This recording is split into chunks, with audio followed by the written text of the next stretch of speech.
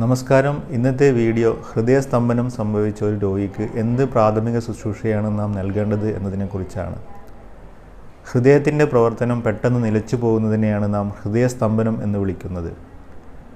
ഹൃദയത്തിന് ഏതെങ്കിലും തരത്തിലുള്ള അസുഖങ്ങൾ കൂടുതലായി ഉള്ള ആളുകളിലാണ് ഹൃദയസ്തംഭനം സാധാരണയായി കാണപ്പെടാറുള്ളത്.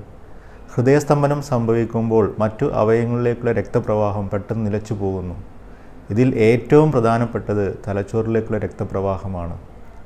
4 മിനിറ്റിൽ കൂടുതൽ തലച്ചോറിലേക്കുള്ള രക്തപ്രവാഹം നിലച്ചു പോവുകയാണെങ്കിൽ തലച്ചോറിലുള്ള ന്യൂറോണുകൾ അഥവാ കോശങ്ങൾ നശിക്കുകയും ആ വ്യക്തി മസ്തിഷ്ക മരണത്തിലേക്ക് പോവുകയും ചെയ്യും.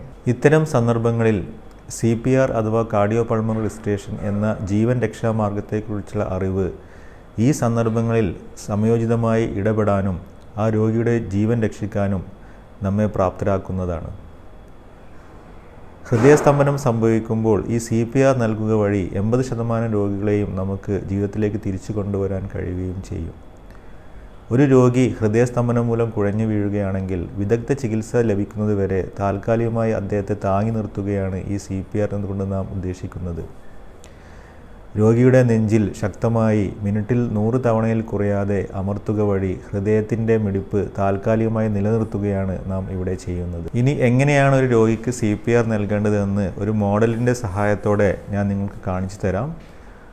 അതിനു മുമ്പ് ഇത്തരം ഉപകാരപ്രദമായ ഹെൽത്ത് വീഡിയോകൾ ലഭിക്കുന്നതിന് വേണ്ടി ഇതുവരെ ഈ ചാനൽ സബ്സ്ക്രൈബ് ചെയ്തിട്ടില്ലെങ്കിൽ ദയവായി സബ്സ്ക്രൈബ് ചെയ്യുക. ഭാവിയിലും ഇതുപോലെ യൂസ്ഫുൾ ആയിട്ടുള്ള ഹെൽത്ത് ടോപ്പിക്സുകൾ ഈ ചാനലിൽ വരുന്നതാണ്. അപ്പോൾ ഇതുവരെ സബ്സ്ക്രൈബ് ചെയ്യാത്തവർ അത് ചെയ്യുക. അതുപോലെ തന്നെ ഈ CPRൻ്റെ വീഡിയോ ഏതൊരാൾക്കും ഉപകാരപ്പെടുന്നതാണ്. ഏത് സന്ദർഭത്തിലാണ് നമുക്കിത് ആവശ്യം വരിക എന്ന് പറയാൻ കഴിയുകയില്ല. അതുകൊണ്ട് തന്നെ ഈ വീഡിയോ പൂർണ്ണമായും എല്ലാവരും കാണുക. അത് പരമാവധി മറ്റു ആളുകളിലേക്ക് ഷെയർ ചെയ്യുകയും ചെയ്യുക. ഓരോ ജീവനും വിലപ്പെട്ടതാണ്. ഓരോ ഹൃദയസ്തംഭനം സംഭവിക്കുന്ന രോഗികളെയും നിങ്ങളുടെ പ്രാഥമിക ശുശ്രൂഷ നൽകുന്നത് വഴി നമുക്ക് രക്ഷിക്കാൻ സാധിക്കട്ടെ എന്ന് ഞാൻ പ്രത്യാശിക്കുന്നു. അപ്പോൾ നമ്മൾ എപ്പോഴും കാണാറുണ്ട്, പെട്ടെന്ന് ഒരാൾക്ക് ഹൃദയസ്തംഭനം ഉണ്ടായി, അയാൾ പെട്ടെന്ന് ബെഡിലോ അല്ലെങ്കിൽ നിലത്തോ അബോധാവസ്ഥയിൽ കിടക്കുകയാണ്. നിങ്ങളാണ് അവിടെ ആദ്യം എത്തിപ്പെടുന്നത്. നിങ്ങൾ എത്തിപ്പെടുന്ന സമയത്ത് അയാൾ അബോധാവസ്ഥയിലാണ്, യാതൊരു അനക്കവുമില്ല. ഇനി അയാൾക്ക് എന്തൊക്കെയാണ് നിങ്ങൾ ആ ഒരു അവസ്ഥയിൽ ചെയ്യേണ്ടത് എന്നുള്ളതാണ് വീഡിയോയിൽ കാണിക്കാൻ പോകുന്നത്. അപ്പോൾ ഈ ഒരു അവസ്ഥയിൽ എങ്ങനെയാണ് ഒരു ഹൃദയസ്തംഭനം എന്ന രോഗിക്ക് നിങ്ങൾ കാണുമ്പോൾ പ്രാഥമിക ശുശ്രൂഷ എന്ന് നൽകേണ്ടത് എന്ന് നമ്മൾ ഒരു ഡമ്മിയുടെ സഹായത്താലാണ് കാണിക്കുന്നത്. അപ്പോൾ ശരിക്കുള്ളൊരു സാഹചര്യത്തിൽ ഈ കാണിക്കുന്നത് പോലെ തന്നെ നിങ്ങളൊരു ഹൃദയസ്തംഭനം വന്ന രോഗിയെ കാണുകയാണെങ്കിൽ ഇതുപോലെ തന്നെ കാർഡിയോപൾമണറി റെസിസ്റ്റേഷൻ കൊടുത്തുകൊണ്ട് ആ രോഗിയെ ജീവിതത്തിലേക്ക് തിരിച്ചു കൊണ്ടുവരാൻ നമുക്ക് സഹായിക്കും. അപ്പോൾ നമ്മൾ പെട്ടെന്ന് ഇങ്ങനെ ഒരു രോഗിയെ കാണുകയാണെങ്കിൽ നമുക്ക് CPR പ്രാഥമിക ശുശ്രൂഷ നൽകുന്നതിന് മുമ്പ് തന്നെ നമ്മൾ തൊട്ടടുത്തുള്ള എമർജൻസി ആംബുലൻസ് സർവീസിൽ വിളിച്ചു പറയുക, അല്ലെങ്കിൽ തൊട്ടടുത്തുള്ള നമ്മുടെ ഹെൽത്ത് കെയർ ഫെസിലിറ്റിയിൽ വിളിച്ചു പറയുകയോ ചെയ്യുക. അതിനുശേഷം നമ്മൾ എത്രയും പെട്ടെന്ന് പ്രാഥമിക ശുശ്രൂഷ സ്റ്റാർട്ട് ചെയ്യണം. അപ്പോൾ നമ്മൾ കാണിക്കാൻ പോകുന്നത് ഇങ്ങനെ ഒരു പേഷ്യൻ്റാണ് നിങ്ങൾ പെട്ടെന്ന് ഒരു സ്ഥലത്ത് വെച്ച് കാണുന്നത്. അത് പുറത്താവാം, വീടിനകത്താവാം, ഏത് സാഹചര്യത്തിലും ഇങ്ങനെ ഒരു ഹൃദയസ്തംഭനം വന്ന രോഗി അബോധാവസ്ഥയിൽ ഇങ്ങനെ കിടക്കുകയാണ്. അപ്പോൾ നിങ്ങൾ ആദ്യം തന്നെ ആ രോഗിയെ രക്ഷിക്കാൻ നിൽക്കുന്ന സമയത്ത് ചുറ്റുപാടുള്ള ഏരിയയ്ക്ക് നിങ്ങൾ നോക്കുക, അതും സുരക്ഷിതമാണ് എന്നുള്ള ഉറപ്പ് വരുത്തിയിട്ട് വേണം നിങ്ങൾ ആ രോഗിയെ രക്ഷിക്കാൻ പോകേണ്ടത്. പേഷ്യൻ്റ് അടുത്തെത്തിയെന്ന് സങ്കല്പിക്കുക. ഫസ്റ്റ് നമുക്കറിയില്ല പേഷ്യൻ്റ് ജീവനുണ്ടോ ഇല്ല എന്നുള്ളത്. അപ്പോൾ ആദ്യം തന്നെ നമ്മൾ പേഷ്യൻറ്റിനെ 2 ഷോൾഡറിലും തട്ടിയിട്ട് പേഷ്യൻറ്റിന് ബോധമുണ്ടോ എന്ന് നോക്കണം, ചെക്ക് ചെയ്യണം. അല്ലെങ്കിൽ നമ്മൾ നേരിട്ട് ചെസ്റ്റ് ബോൾ നോക്കുക. പേഷ്യൻ്റ് ശ്വാസം എടുക്കുന്നുണ്ടെങ്കിൽ നമുക്ക് ചെസ്റ്റിൻ്റെ മൂവ്മെൻറ്റ് കാണാൻ പറ്റും. മേലോട്ടും താഴോട്ടും ചെസ്റ്റിൻ്റെ മൂവ്മെൻറ്റ് കാണാൻ പറ്റും രോഗി ശ്വാസം എടുക്കുന്നുണ്ടെങ്കിൽ. ഇനിയിപ്പോൾ നമ്മൾ പേഷ്യൻറ്റിനെ ഷോൾഡറിൽ തട്ടുമ്പോൾ തന്നെ പേഷ്യൻ്റ് പ്രതികരിക്കുന്നുണ്ടെങ്കിൽ പേഷ്യൻറ്റിനെ നമ്മൾ ചെരിച്ച് കടത്തിയതിന് ശേഷം തൊട്ടടുത്തുള്ള ഹെൽത്ത് കെയർ ടീമിനെ നമ്മൾ വിവരം അറിയിക്കുക. ഹെൽത്ത് കെയർ ഫെസിലിറ്റിയിലേക്ക് പേഷ്യൻ്റ് ഉടനെ തന്നെ നമ്മൾ മാറ്റുക. പേഷ്യൻ്റ് നമ്മൾ തട്ടി നോക്കുമ്പോൾ പേഷ്യൻ്റ് പ്രതികരിക്കുന്നില്ല, പേഷ്യൻ്റും ചെസ്റ്റ് മൂവ്മെൻറ്റ്സ് ഒന്നും കാണുന്നില്ല എന്നുണ്ടെങ്കിൽ നമ്മൾ ഉടനെ തന്നെ കാർഡിയോപൾമണറി റെസിസ്റ്റേഷൻ അല്ലെങ്കിൽ CPR സ്റ്റാർട്ട് ചെയ്യണം. CPR സ്റ്റാർട്ട് ചെയ്യുമ്പോൾ നമ്മൾ നല്ല ഹൈ ക്വാളിറ്റി CPR കൊടുക്കണം. അത് എങ്ങനെ ചെയ്യുന്നത് നമുക്ക് നോക്കാം.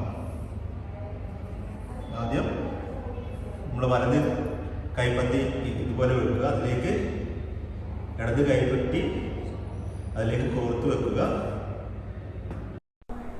രോഗിയുടെ നെഞ്ചിൻ്റെ മധ്യഭാഗത്താണ് നമ്മുടെ കൈപ്പത്തി വെക്കേണ്ടത്. എന്നിട്ട് കൈ രണ്ടും സ്ട്രെയിറ്റ് ആയിട്ട് വെക്കണം. കൈ സ്ട്രെയിറ്റ് ആയിട്ട് വരണം. എന്നിട്ട് നമ്മളെ ബോഡി വെയിറ്റ് കൈയിലൂടെ പേഷ്യൻ്റെ ചെസ്റ്റ് വാളിലേക്ക് വന്ന് കറക്റ്റ് കംപ്രഷൻ കൊടുക്കണം. മിനിമം 5 സെൻറ്റിമീറ്ററെങ്കിലും നെഞ്ച് താവണം. ഗുഡ് ക്വാളിറ്റി കംപ്രഷൻ ഉദ്ദേശിക്കുന്നത് 5 സെൻറ്റിമീറ്റർ ചെസ്റ്റ് മൂവ്മെൻറ്റ് വരണം. ഗുഡ് ക്വാളിറ്റി കംപ്രഷൻ എന്നത് ഉദ്ദേശിക്കുന്നത് മിനിറ്റിൽ 100 മുതൽ 120 പ്രാവശ്യം വരെ നമ്മൾ ചെസ്റ്റ് കംപ്രഷൻ ചെയ്യുക. പൂർണ്ണമായും കംപ്രഷൻ ചെയ്തതിന് ശേഷം ചെസ്റ്റ് ഫുള്ള് വീണ്ടും പൊങ്ങി റീകോയിലായിട്ട് വരണം. തിരിച്ച് പഴയ പൊസിഷനിലേക്ക് തന്നെ വരും. വീണ്ടും കംപ്രഷൻ ചെയ്യുക, വീണ്ടും തിരിച്ചു വരുന്നു. അങ്ങനെ ഗുഡ് ക്വാളിറ്റി കംപ്രഷൻ ഏകദേശം 100 മുതൽ 120 വരെ മിനിറ്റിൽ ചെയ്യും.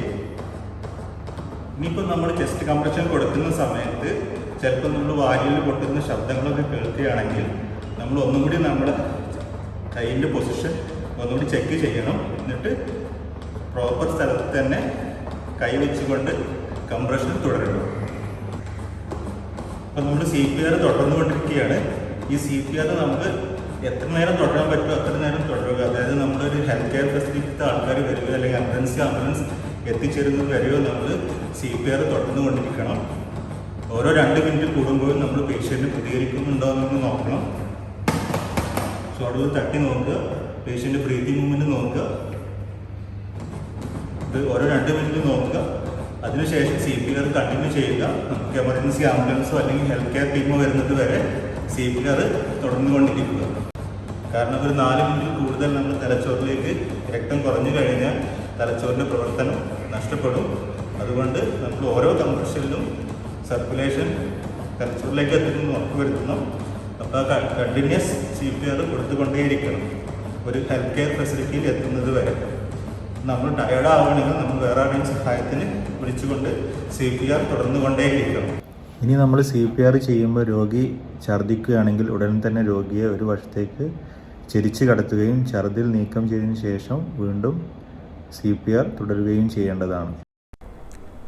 രോഗി പ്രതികരിക്കുന്നതുവരെയോ വൈദ്യസഹായം ലഭിക്കുന്നതുവരെയോ തടസ്സമില്ലാതെ തുടർച്ചയായി ചെസ്റ്റ് കംപ്രഷൻ കൊടുക്കണം. ചെസ്റ്റ് കംപ്രഷനിൽ വരുന്ന തടസ്സങ്ങൾ രോഗി രക്ഷപ്പെടാനുള്ള സാധ്യത കുറക്കുന്നു. ഓരോ 2 മിനിറ്റിലും രോഗി പ്രതികരിക്കുന്നുണ്ടോ എന്ന് നോക്കുക. പ്രതികരിക്കുന്നില്ലെങ്കിൽ CPR തുടരുക. ഇനി നമുക്ക് ഇപ്പോൾ നമ്മൾ ഒരു ബസ് സ്റ്റാൻഡിലോ അല്ലെങ്കിൽ ഷോപ്പിംഗ് മാളിലോ അല്ലെങ്കിൽ എയർപോർട്ടിലോ റെയിൽവേ സ്റ്റേഷനിലോ ആണ് നമ്മളുള്ളത്. ആ സമയത്ത് പെട്ടെന്ന് നമ്മളൊരു ഹൃദയസ്തംഭനം ഉണ്ടായി വീണ് കിടക്കുന്ന രോഗിയെ കാണുകയാണെങ്കിൽ നമുക്ക് എന്ത് ചെയ്യാമെന്നുള്ളതാണ്. അവിടെയും ഈ CPR തന്നെയാണ് ചെയ്യേണ്ടത്. പക്ഷെ നമുക്ക് ഇങ്ങനെയുള്ള വലിയ shopping mall, bus stations, railway station, airport അവിടെയൊക്കെ നമുക്ക് ഇതുപോലുള്ള ഒരു AED കാണാം. ഓട്ടോമാറ്റിക് എക്സ്റ്റേണൽ ഡീഫിബ്രില്ലേറ്റർ എന്ന് പറയും.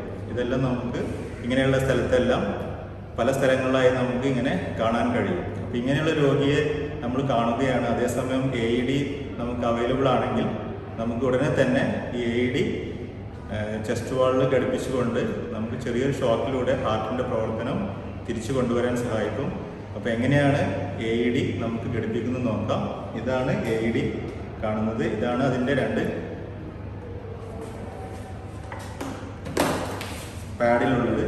ഇത് നമ്മൾ ചെസ്റ്റ് വാളിൽ ഘടിപ്പിക്കും. ഇങ്ങനെ 2 സ്ഥലത്തായിട്ട് ഘടിപ്പിക്കും. എന്നിട്ട് മെഷീൻ ഓൺ ചെയ്ത് കഴിഞ്ഞാൽ ആ ഓൺ ചെയ്തതിന് ശേഷം മെഷീനിൽ നിന്ന് നമുക്ക് ഇൻസ്ട്രക്ഷൻസ് ലഭിക്കും. അതുപ്രകാരം നമ്മൾ ആ മെഷീൻ പ്രവർത്തിപ്പിക്കുകയും ഓട്ടോമാറ്റിക്കായിട്ട് ഷോക്ക് ഡെലിവറി ചെയ്യുകയും പേഷ്യൻ്റെ ഹൃദയത്തിൻ്റെ താളം തിരിച്ചു വരികയും ചെയ്യും. അപ്പോൾ അത് എങ്ങനെയാണ് ചെയ്യുന്നത് നമുക്ക് നോക്കാം.